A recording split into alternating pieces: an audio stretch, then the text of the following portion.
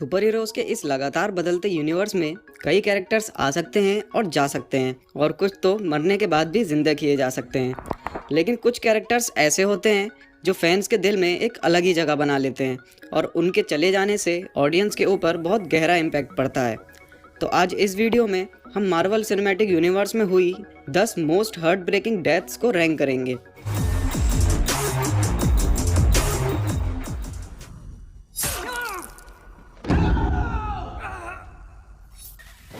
Fill कोल्सन शुरू से ही shield के एक इम्पोर्टेंट एजेंट थे।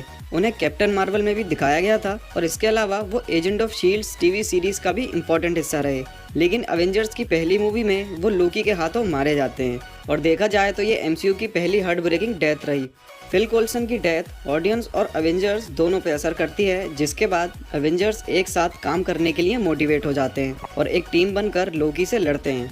इसीलिए फिल कोल्सन ने भी इस लिस्ट में अपनी जगह बनाई है।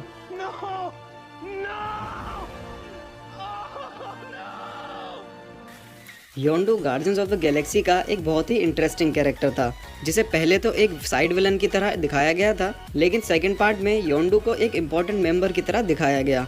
इस मूवी में हमें बताया गया कि योंडू क्विल को अपना बेटा मानता था और इसीलिए मूवी के क्लाइमेक्स में हमारा स्पेस वाला हॉकाई पीटर की जान बचाने के लिए खुद को सेक्रीफाइस कर देता है और योंडू की इस एंडिंग को देखकर कोई भी इमोशनल हो जाएगा।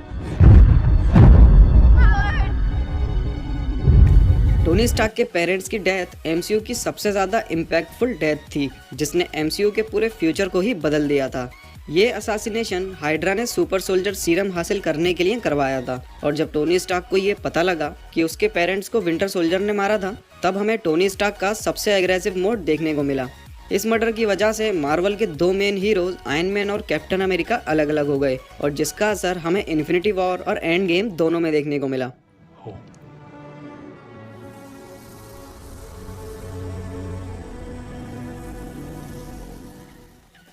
एसगार्ड के ऑल फादर ओडिन की डेथ एमसीयू की सबसे पीसफुल डेथ थी। एमसीयू के इतने पावरफुल कैरेक्टर को इस तरह जाते हुए देखना इमोशनल तो था ही, पर साथ ही ओडिन के जाने से थॉर और लोकी के लिए एक बड़ी प्रॉब्लम क्रिएट हो गई।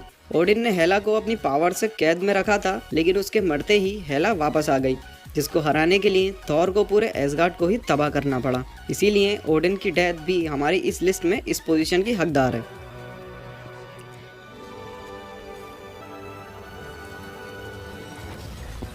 इन्फिनिटी वॉर में विजन की डेथ एक बहुत ज़्यादा हार्ट ब्रेकिंग मोमेंट था, क्योंकि माइंड स्टोन को डिस्ट्रॉय करने के लिए विजन को खुद को सेक्रीफाइस करना था और वो भी उसके हाथ से जिसे वो सबसे ज़्यादा प्यार करता था। ये सीन वांडा के लिए तो इमोशनल था ही, साथ ही इसके बैकग्राउंड म्यूजिक ने इसे ऑडियंस के लिए भी इमोशनल बना दिया था।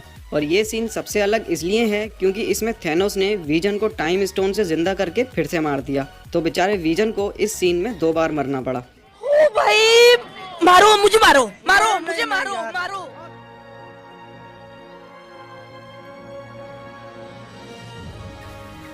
सोल स्टोन के लिए बहुत सारी फैन थ्योरीज आई, लेकिन उनमें से एक भी उसकी सही लोकेशन नहीं बता पाई कि सोल स्टोन वॉरमीर पे है, जिसके बारे में सिर्फ गमोरा को पता था। लेकिन सोल स्टोन को पाने के लिए थैनोस अपनी बेटी गमोरा को भी सेक्रीफाइस करने के लिए तैयार हो गया।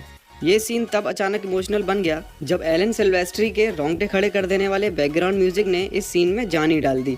गमोरा ऑडियंस से इतनी ज़्यादा कनेक्टेड तो नहीं थी, लेकिन इस सीन की सिनेमेटोग्राफी, बैकग्राउंड म्यूजिक और थैनोस के आंसू इस सीन को इन्फिनिटी वॉर का एक यादगार सीन बनाते हैं।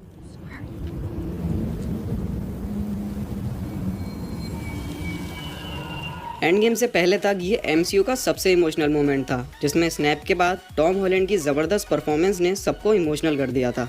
इस सीन में ऑडियंस के सामने एक के बाद एक हीरोज धूल बन रहे थे और वहीं पीटर पार्कर टोनी स्टार्क के सामने कहता है कि वो मरना नहीं चाहता।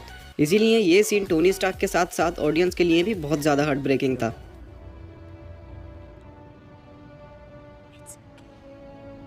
जैसा कि एंड गेम के मेकर्स ने प्रॉमिस किया था, वैसा ही एंड गेम में हमें देखने को मिला।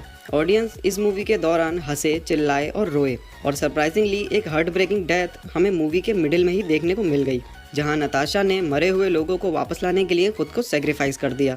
ब्लैक विडो के बुरे इतिहास और उसके अकेलेपन की वजह से ऑडियंस उससे बहुत ज़्यादा अटैच थे और ब्लैक विडो को इस तरह हमेशा के लिए अलविदा कह देना हम सब के लिए शॉकिंग था। लेकिन अच्छी खबर यह है कि जल्द ही हमें ब्लैक विडो अपनी सोलो मूवी में देखने को मिलेगी, जिसकी स्टोरी सिविल वॉर के टाइम पे सेट होगी।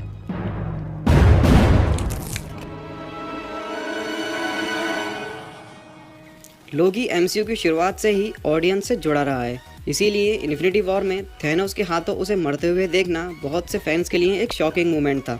लोकी वैसे तो एमसीयू में पहले भी मर चुका था, लेकिन इन्फिनिटी वॉर में उसे फाइनली इन्फिनिटी सागा को अलविदा कह दिया था। लोकी को एमसीयू में विलन की तरह इंट्रोड्यूस किया गया था, लेकिन जैसे जैसे टाइम गुजरता गया वैसे ही लोकी भी विलन से हीरो बनता गया, इसीलिए उसकी डेथ भी ऑडियंस के लिए एक इमोशनल मोमेंट था। अब बारी है उस मोमेंट की जिसने लगभग सभी फैंस की आंखों में आंसू भर दिए थे। अगर आप इस सीन पे भी इमोशनल नहीं हुए थे तो मैं आपको एक एमसीयू फैन मान ही नहीं सकता। ये सीन हमारे लिए इमोशनल था, लेकिन टोनी स्टार्क के लिए ये एक सेटिस्फाइंग एंडिंग थी, क्योंकि जो वो हमेशा से चाहता था ठीक वैसा ही करके उसने पूरी दुनिया को बचा लिया था। लेकिन टोनी स्टार्क की डेथ का असर पूरे एमसीयू पे तो पड़ा ही, पर साथ ही टोनी स्टार्क के चले जाने से काफ़ी फैंस डिसअपॉइंट हो गए और कुछ का कहना है कि वो अब टोनी स्टार्क के बाद कोई भी एमसीयू मूवी नहीं देखेंगे। सो गाइस, आज की वीडियो में बस इतना ही। आई होप आपको ये वीडियो पसंद आई होगी। अगर वीडियो अच्छी लगी हो तो सबसे पहले वीडियो को लाइक करें, चैनल को सब्सक्राइब करें और हमें बताएं कि आपके लिए सबसे ज़्यादा हार्ट ब्रेकिंग सीन कौन सा था। Like you, be strong to hold the powers of the sun.